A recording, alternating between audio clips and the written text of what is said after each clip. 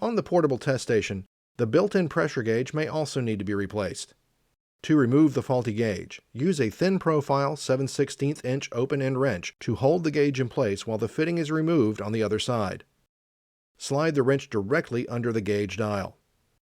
While holding the gauge from the front, use a 9/16 inch wrench to remove the fitting on the underside of the main panel assembly.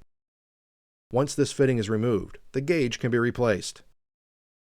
When the new gauge is installed, the threads should be wrapped with Teflon tape. Do not over-tighten.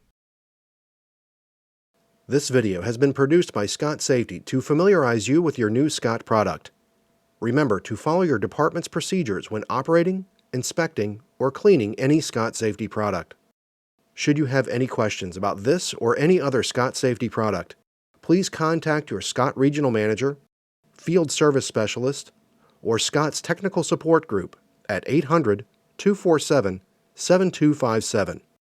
Thank you, and have a safe day.